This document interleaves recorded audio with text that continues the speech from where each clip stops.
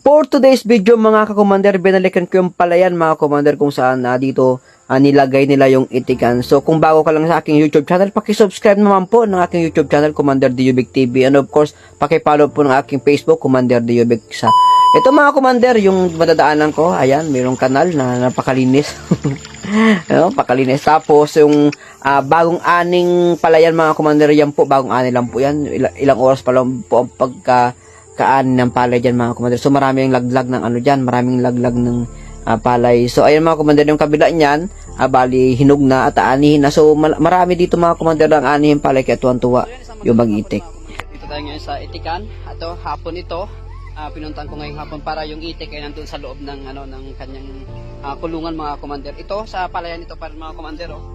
Kay Jomar pa rin at yung kay police pa rin itikan yung pupuntahan ko. Alamin natin sa mga viewers ko, mga subscriber ko, kung ano yung nangyayari na pag nandito na sa palayan yung itik, kung lalaki ba yung kita o whatever. Whatever talaga. So tara, let's go. So bali mga commander, ito yung itsura niya pag nakakulong dito sa ang ganda ng ang ganda ng sunset. Kita. Ito yung itsura niya pag halimbawa na ayan, nandito sa palayan mga commander. Bali itong tinatapakan ko, ito ay sa palayan ito mga commander. Bali ang nakatanim dito, ito yung itik na nandoon na sa akin na mayroon pa rin, sinusubuan pa rin nila ng peds. Ayan, yung painuman. Ayan mga commander, ito yung ganap pag nandito sa palayan itong mga itik mga commander ito. Ayan. So ito, bali isang kulungan lang siya na pabilog. Mas maganda, comfortable, sabihin na mas hindi sila stress dito mga commander. Kumbaga ay iba rin talaga pag halimbawa nakakagala ang mga itik, napakasigla nila, o di ba? Ayan. So yan mga commander, oh. Alamin natin mga commander kung yung itlog ay dumami dito sa itikan sa palayan pala. Yung itlog ng itik, kung marami dito sa palayan, kung maganda ba yung pagpupulkre o kung ano yung kitaan sa pag dito naman sa palayan mga commander. Tara, ano natin si Utoy. So ayan mga commander, kung papansin nyo yan, dalawang tray, dalawang case. Yung isa nandoon, hindi ko naman baka mabulabog yung teka lang, kaya. Ayan, dalawang case yan, 400 Toy? 476 daw yung itlog ngayon. So kung sa tag magkano, 8? 9. Tag 9, 4 times 9, magkano? 4 times 9, 36, 36 plus yung 70. Nasa 4,000. Tama, nasa 4,000 po daily, tama. Ang kinikita nitong itik nito.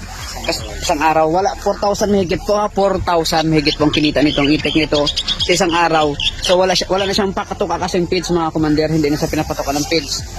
So ayan, 4,000 mga commander Ang kinita nito sa itlog, malinis po, ay 4,000 mahigit mga commander, 4,000. Kasi 470, 9 lang po ang itlog, 9 pesos. Ayan. So hindi ko po kung ilan po ba yung equivalent total noon, yung 470 times 9, pero nasa ano po yun, 450, doon na lang po sa 4,050 ay meron pa pong 23 90,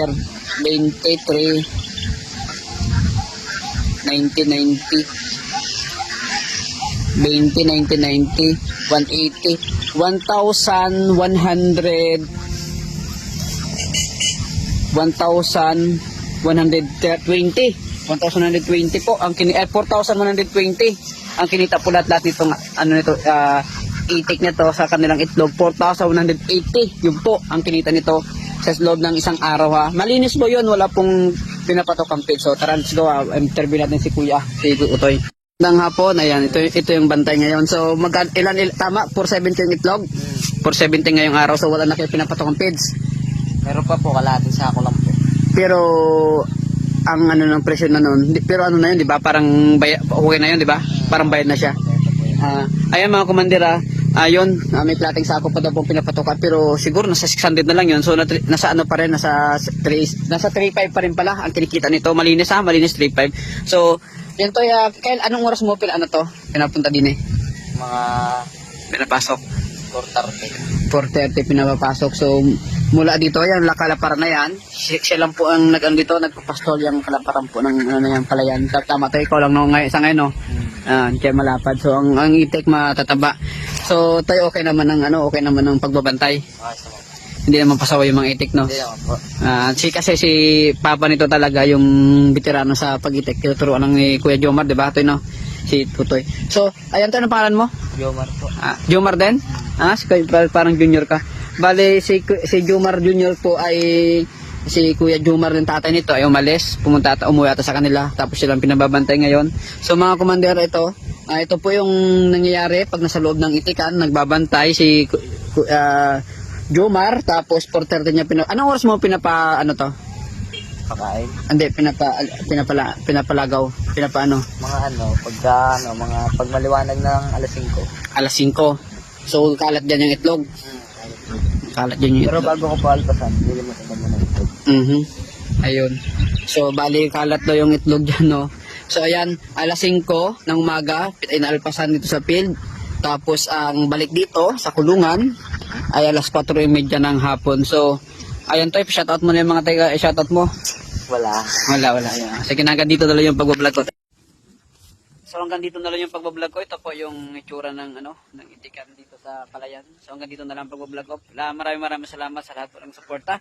Sa lahat ng subscriber ko, ito po yung update sa pag-itik dito sa palayan. So, hanggang dito na lang yung pagbablog ko. Ito po yung itsura ng itikan dito sa palayan. So, hanggang dito na lang pagbablog ko. Maraming salamat sa lahat po ng suporta.